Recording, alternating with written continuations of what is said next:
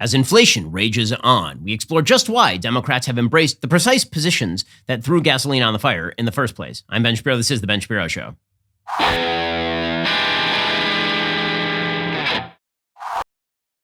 The Ben Shapiro Show is sponsored by ExpressVPN. Protect your online privacy today at expressvpn.com/Ben. When inflation continues to rage out of control, the Biden administration continues to say that everything is going to be hunky-dory. By most economists' estimates, it's going to be well into next year before inflation really starts to hit the rates that Americans are used to, namely that 2% that the Federal Reserve aims for.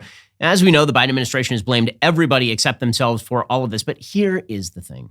The inflation is part of the theory the Democrats embraced. They embraced all of the fiscal and economic prerequisites for inflation. The definition of inflation is too many dollars following too few goods. When you jack up government spending, when you recommend that the Federal Reserve pursue easy monetary policy, the predictable result of this is that you end up with inflation. Unless we believe that this is some sort of like random thing that just happened to Democrats. No, it isn't. This has been embedded in their most cherished ideals for a very long time.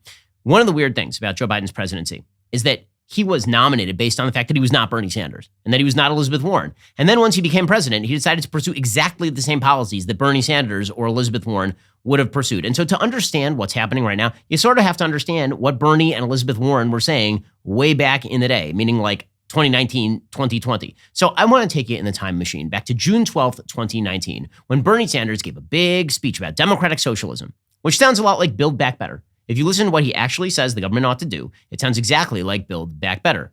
So here is Bernie Sanders circa June 2019. This is a major policy speech. The media ate it up. It was covered with sterling recommendations by Vox and the New York Times. Here was Bernie announcing what democratic socialism really meant. We must take the next step forward and guarantee every man, woman, and child in our country basic economic rights, the right to quality health care.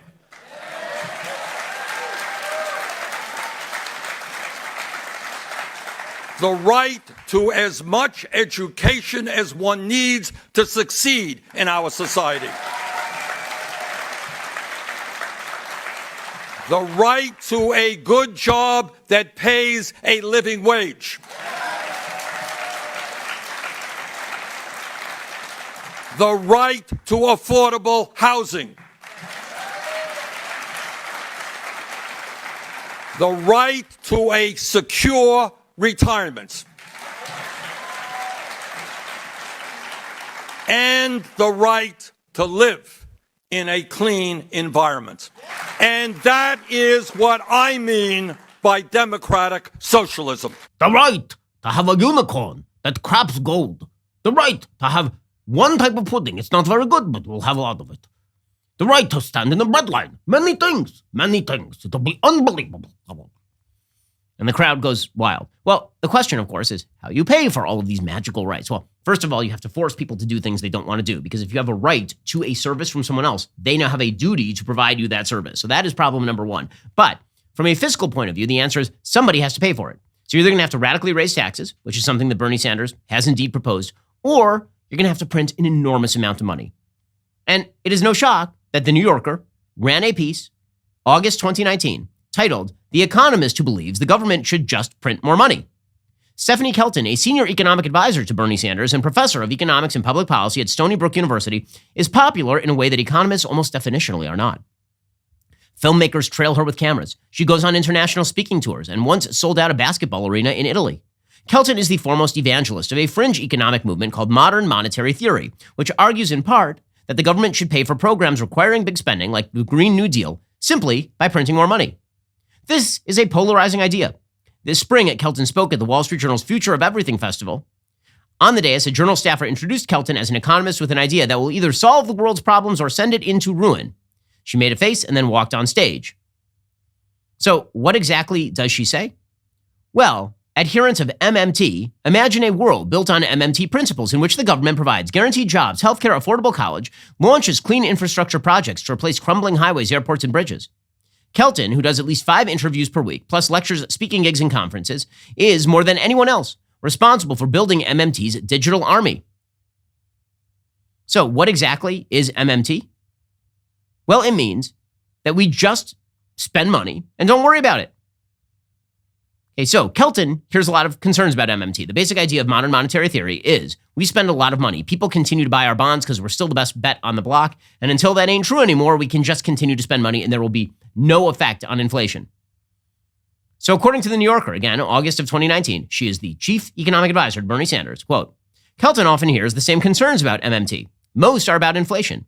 How soon will we become Zimbabwe, which printed so many Zimbabwean dollars that inflation peaked in 2008 at an annual rate of 96 tillion %? Never, according to Kelton. Under MMT, the focus is sustainable inflation, whereas fiscal traditionalists worry about the deficit and don't consider inflation at all. Doesn't MMT then require accurate forecasting of inflation risk? Yes, and Kelton conceded at the festival the models aren't perfect, but we can do a pretty good job.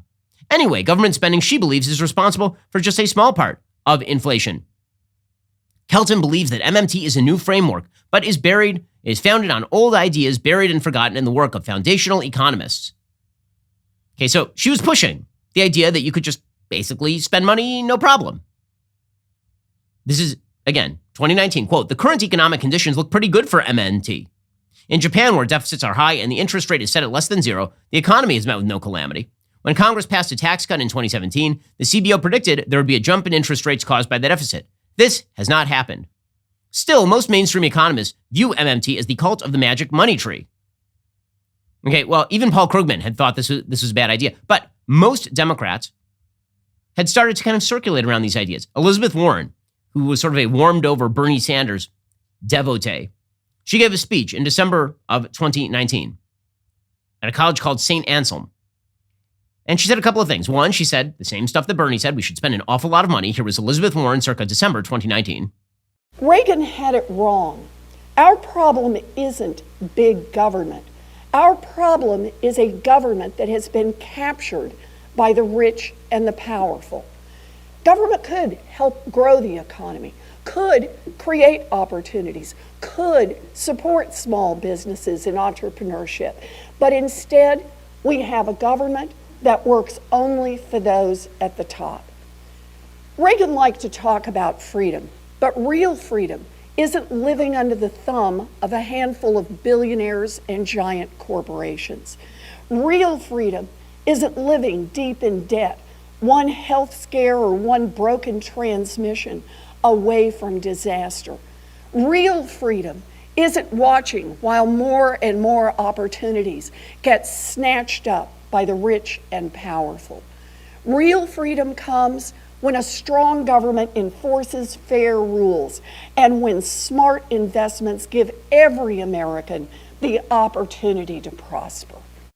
But here's the thing. Elizabeth Warren didn't just stop with the warmed-over Bernie Sanders rhetoric. She then talked about what she needed to do at the Federal Reserve. So the idea was easy money was going to make all of this possible. You just blow out the Federal Reserve's grabbing of assets on the open market, inject more money into the economy. This will make magic happen. Here was Elizabeth Warren again. This is December 12th, 2019, approximately 4 months before the economy completely cratered and about a year and a half before inflation became a serious issue. Here's Elizabeth Warren.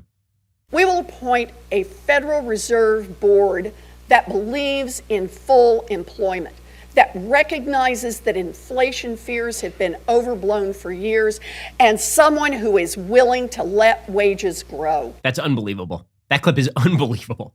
We have Elizabeth Warren, December 2019. We need Federal Reserve members. We're going to explode the spending. We're going to recognize that we don't have to worry about inflation. Who cares about inflation? And who will let wages grow? Okay, well, the wages have actually declined because of the inflationary policy of the Federal Reserve. That was Elizabeth Warren, the great plan person. Remember this? And she was running. I know we've all forgotten about it. We've blocked it out from our memories that Elizabeth Warren was ever a viable candidate. But there was a point where she was actually leading that race. And then everybody realized that she was a charmless hack, just like Kamala Harris. And then she fell apart. But for a moment there, she was the media's beloved candidate. They loved her. She was the one with the plan. She had a plan for that. Her plan was exactly the plan that brought about inflation. So Joe Biden enters office. And was after spending the campaign not being Bernie and not being Elizabeth Warren. And he immediately rams through this quote-unquote COVID relief bill. Now, as you remember, this passed in March of 2021. You'll remember that by this point, the vaccines were already being trenched out en masse. So we were coming to the end of COVID, and everyone knew it. It was already going to be that everybody who wanted a vax could get a vax. This is true by essentially April of 2021. And he was bashing through with no Republican support, none. So these are all Democrats who own this. He was bashing through $1.9 trillion in COVID spending. And in the process, not shockingly, he was praising Bernie Sanders. Right? Bernie, whose policies these are all based on, is what happens when you let a socialist run the party. So here is Biden praising Bernie as he passed a $1.9 trillion, quote unquote, stimulus plan that merely stimulated inflation. I promised the American people, and I guess it's becoming an overused phrase, that help was on the way. But today, with the American Rescue Plan now signed into law, we've delivered on that promise. And I don't mean I've delivered, we've delivered. And I want to say to Bernie, stepping up and making the case why this was so transformational made a big difference in how a lot of people voted. And then, of course, Nancy Pelosi came out and declared the COVID relief bill a triumph. Here was the Speaker of the House of Representatives. Let me say this about my members.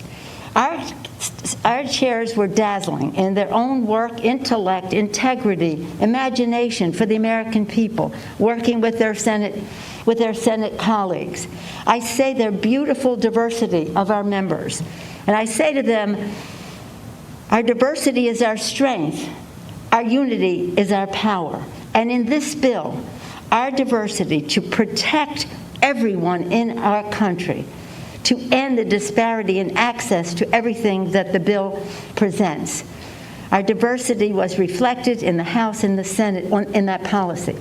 But our unity on behalf of all of the American people is what made this such a triumph. Okay, you own it. You own it. This is all Democrats. There's Nancy Pelosi with the Bane mask on. And she's amazing, amazing stuff. Okay, then Joe Biden went around and he trotted around talking about the magic of the American Rescue Plan. And he talked about how much money he was spending. This was the key component, was how much money he was spending. So he talked about how it was going to generate economic growth for the entire, massive economic growth. It was going to raise wages. It was going to rebuild the backbone of the economy. Here was Joe Biden, again, praising the $1.9 trillion plan that was completely unnecessary. The economy was already in a state of recovery. Here was Joe Biden. It will generate economic growth for the entire nation. That's why major economists, left, right, and center, support this plan. Even Wall Street has agreed. According to Moody's, by the end of this year, this law will spur our economy to create 7 million new jobs. And it does one more thing. It focuses on rebuilding the backbone of this country. Working families, the middle class, people who built this country. And then he said, you know what's going to be a big part of this? Sending 100 million checks or direct deposits. You know what that's called? That's called helicopter money. That is inflation. Okay, so the basic rule about inflation is that if we live in a town and there are only a certain number of goods and a helicopter arrives at all the houses and just drops $100,000 in everybody's backyard, is everybody rich now? No. The prices of those limited goods just reflect the fact that everybody now has $100,000 in their pocket. That's all. But that's exactly what Joe Biden was praising, was the helicopter cash. Bernie Sanders and Elizabeth Warren monetary policy right here. 100 million checks going into the pockets and or direct deposits, going into the pockets of Americans on the way to millions of more Americans.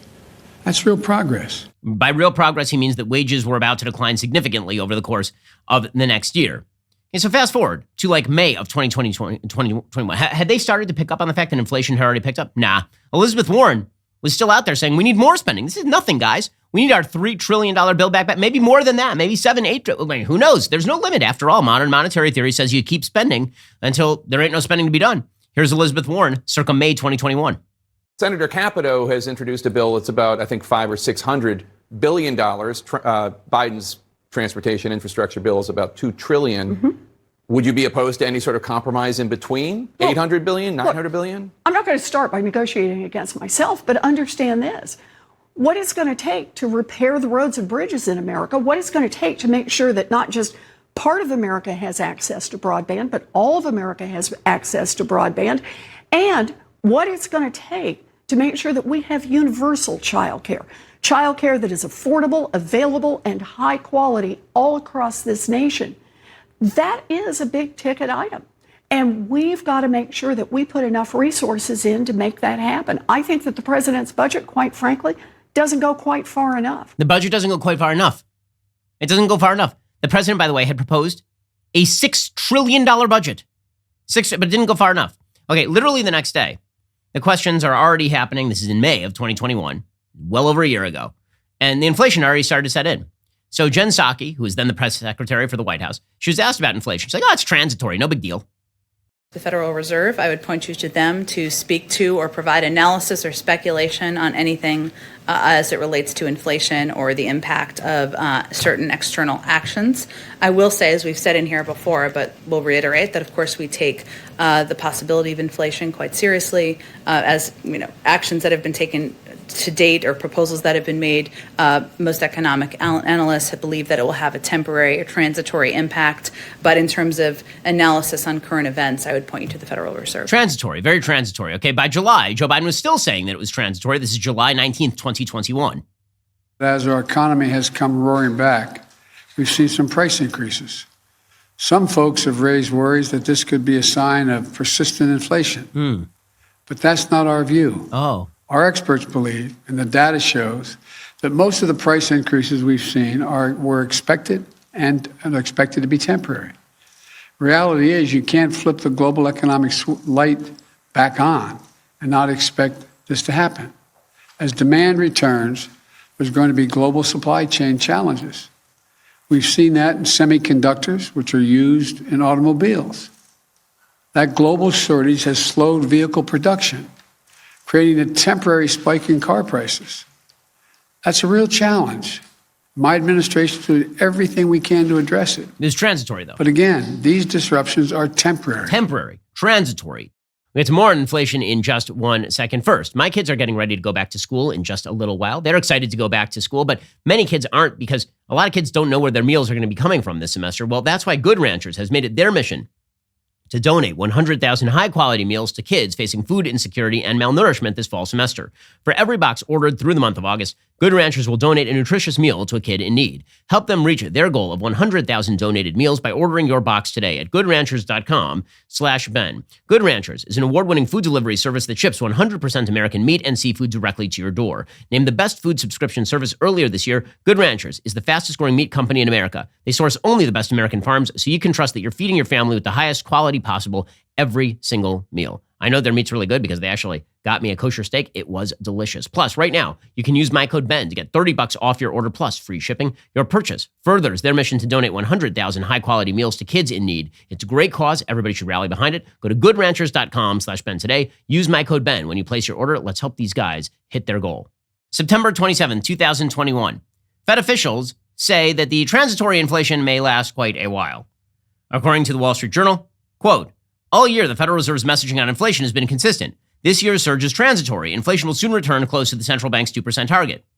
Yet, look more closely, and it is clear officials are turning less sanguine. And that explains growing eagerness to start raising interest rates. Last September, long before supply bottlenecks emerged, the median forecast by the Fed was for core inflation in 2022 of 1.8%. Every few months since that, they've nudged it up. The forecast released, again, this is September of 2021. They saw core inflation next year at 2.3%. Right now, core inflation annually in the United States is probably going to be closer to 5 or 6%. So they just happen to be off by, everything. And by the way, they wouldn't let go of it. October 6th, 2021, Treasury Secretary Janet Yellen, who had also helped preside over the Federal Reserve before she was Treasury Secretary under Joe Biden, she said inflation was transitory. This is October 2021. We're almost 6 million jobs short of where we were before the pandemic, which means a lot of people who still need jobs. On the other hand, many firms are finding it difficult to hire. We've had extraordinary shifts in the pattern of demand away from services and toward goods. And I know the Fed is trying to sort through the implications of that. Supply bottlenecks have developed that have caused inflation. I believe that they're transitory, but that doesn't mean they'll go away over the next several months. It's transitory. Okay, so by November 2021, Jerome Powell, the head of the Federal Reserve, who never should have been reappointed for his position, by the way, he admits that he got the inflation wrong and that they blew it. So while but they didn't blow it because they thought that inflation wouldn't jump. They blew it because they had an actual economic dedication to the idea that more spending and loose monetary policy are goods. These are good. They're effectively a way to reach the democratic socialist ideal. Here is Jerome Powell admitting he got inflation wrong in November 2021. And here's where the worm really starts to turn, because it's kind of amazing that this administration, they could claim it was transitory and we got it, it'll be okay. But once it became clear that it wasn't okay, That's when you expect them to take their foot off the pedal, right? Wrong. They decide that they're going to ram their foot through the pedal. Their feet are now on the ground like Fred Flintstone. It's amazing. So here's November 2021, Jerome Powell now acknowledging that he got it wrong. Here he is. I think it's fair to say that the experts who have been advising you about the future rate of inflation have pretty much the same credibility as those late night psychic hotlines you see on TV. So I think what we missed about inflation was we didn't predict the supply side problems, and those are highly unusual and very difficult, very nonlinear, and it's really hard to predict those things. But that's really what we missed, and that's why all of the professional forecasters had much lower inflation projections. Okay, but everybody recognized by the end of 2021 that inflation was now persistent, that it wasn't transitory anymore.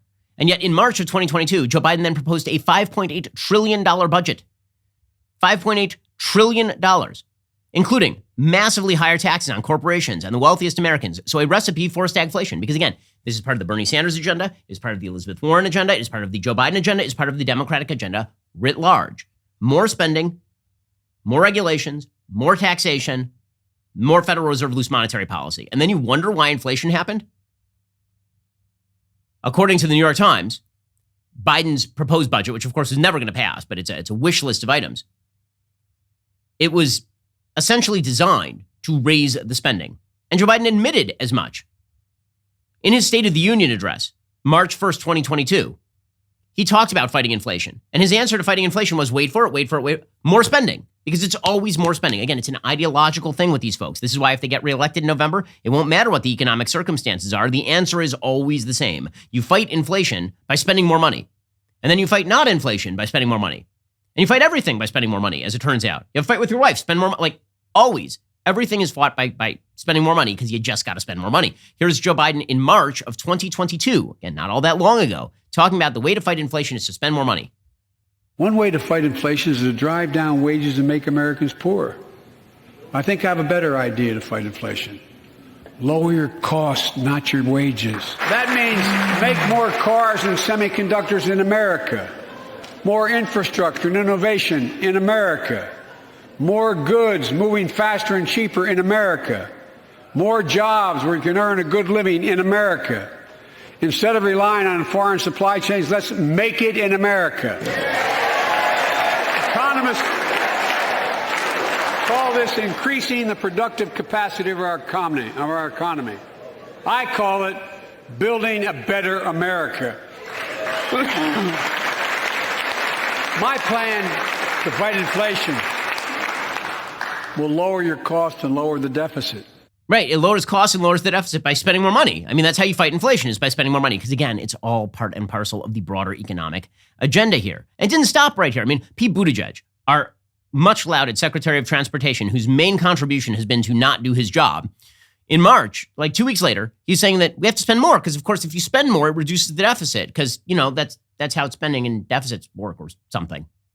The government spending is doing the exact reverse, reducing the national debt. It is not inflationary. How does that work? How would you make that statement in a logical way? Well, I mean, first of all, if you look at our fiscal policy, it is true, and amazingly, a lot of people don't even know this, that the deficit has gone down, and down by a remarkable amount. So I think part of it is an expression of that. I think also part of it is pointing to the fact that some of the investments that we make help with inflation. I mean, that's definitely true with the infrastructure investments, right? Because we know how infrastructure is related to supply chain is related to inflation. It's one of the reasons why, you know, when there was this big fight over whether the infrastructure bill was going to be a problem for inflation, you had a lot of economists saying, actually, this and then the Build Back Better vision, you know, taken together, this is going to ease inflationary pressures. So they're still committed to this. It eases inflation to spend more money. More money spent means you ease inflation. You fix all the problems. Okay, by June of this year, finally, Janet Yellen at Treasury was admitting she got inflation wrong. So here she was acknowledging, oh yeah, oopsie. I think I was wrong then about the path that inflation would take. There have been unanticipated and large shocks to the economy that have boosted energy and food prices and supply bottlenecks that have affected our economy badly that I at the time didn't fully understand, but we recognize that now. But five days later, she was still defending the pandemic spending. 5 days later. Right? So they're ideologically committed to the idea that reality does not exist. All that exists is theory. Modern monetary theory is still alive and well inside the Democratic Party. Here's Janet Yellen defending the pandemic spending despite the fact that we have had record highs in inflation month on month, pretty much every month here. We're talking like 40-year highs in inflation, and here's Janet Yellen still defending the policy. We're seeing high inflation in almost all developed countries around the world, and they have very different fiscal policies. So it can't be the case that the bulk of the inflation that we're experiencing reflects the impact of the ARP. So was it a causal factor? Would you say that $2 trillion, when we had $1 trillion unspent, so do the quick math here, it's about $3 trillion that was put into this economy from December through March of 2021. So I guess the way I see it is when President Biden was inaugurated, he inherited an economy with very high unemployment, and the Congressional Budget Office and other forecasters were envisioning that this could last for a very long time. And we had to address the possibility that this could be a downturn that would match the Great Recession. Okay, nobody was saying that in the aftermath. No one by January of 2021 was saying that. No one was saying that. They had an ideological commitment to spend more money. So they failed. And then they blamed everything else, right? They blamed Putin. It's Putin's price hike and Putin. It's all of that. That's what's created all of this problem. And then you've gotten Joe Biden blaming supply chains, right? Here is Joe Biden last month blaming the supply chains again. It's not the supply chains. It is bad fiscal and economic policy for years on end in the middle of all very predictable supply chain constrictions, given the fact that we had a global pandemic. Bad economic policy generally makes itself felt during crises.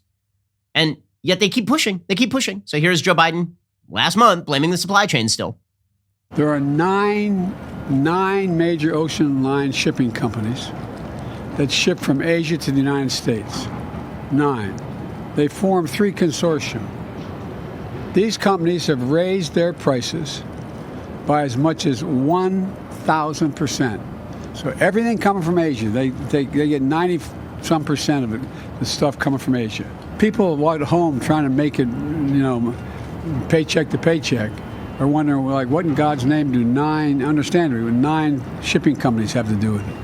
Well, almost everything you're doing, everything from what you're eating to what you're having to drive to what you need in your home, it related to supply chains and what's coming from abroad. Supply chain right there, guys, abroad. Okay, but here's the thing. As Stephen Ratner, the former economic advisor to Barack Obama, says, quote, the bulk of our supply problems are the product of an overstimulated economy, not the cause of it. Sure, there have been some COVID-related challenges, such as health-related worker shortages in factories, but most of our supply problems have been homegrown. Americans have resumed spending freely. Along the way, they've been creating shortages akin to those in a shopping mall on Black Friday. Blaming inflation on supply lines is like complaining about your sweater keeping it too warm after you've added several logs to the fireplace. Correct.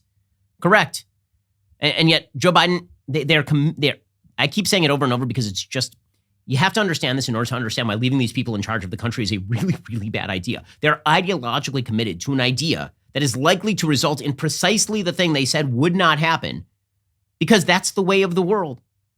And the fact that there have been mitigating factors against inflation in the past does not mean that this time there's not going to be a predictable result to very bad predictable policy. And yet Joe Biden is continuing to argue today that we need more spending. And we're still pushing forward this Inflation Reduction Act. This Inflation Reduction Act is hundreds of billions of dollars in new spending. Joe Biden still wants more spending than that. And Democrats are higher in their own supply. They still believe that this is going to somehow spur the economy and fix inflation and all the rest. They have when you have only a hammer, everything looks like a nail, and their hammer is spending. And Joe Biden is still arguing today that more spending is going to cut inflation. This bill is fighting inflation. Progressive leaders like Senator Elizabeth Warren said, quote, this is a bill that truly is about fighting inflation, bringing down the cost for families, and putting our country on a sounder economic footing. It invests $369 billion. Granted, I call for 500 plus, but it invests $369 billion to secure our energy future and to address the climate crisis, bringing down family energy bills by hundreds of dollars, by providing working families tax credits.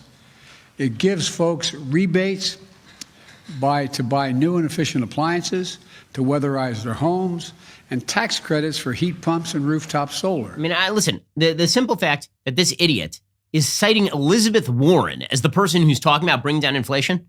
Again, I return to the clip in which Elizabeth Warren literally said in December of 2019, we need looser Federal Reserve monetary policy because the threat of inflation is somehow exaggerated. And he's citing her as an economic expert promoting the quote-unquote Inflation Reduction Act.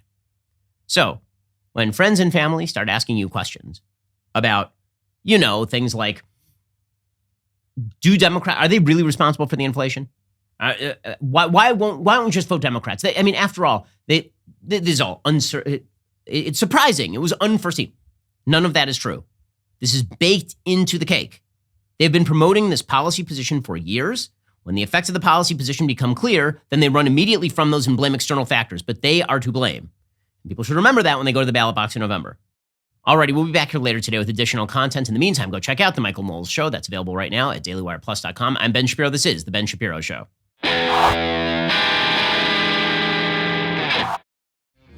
The Ben Shapiro Show is produced by Bradford Carrington, executive producer Jeremy Boring, supervising producer Mathis Glover, production manager Pavel Wydowski, associate producer Savannah Dominguez Morris, editor Adam Sayevitz, audio mixer Mike Coromina, hair and makeup artist and wardrobe Fabiola Cristina, production coordinator Jessica Kranz. The Ben Shapiro Show is a Daily Wire production. Copyright Daily Wire 2022.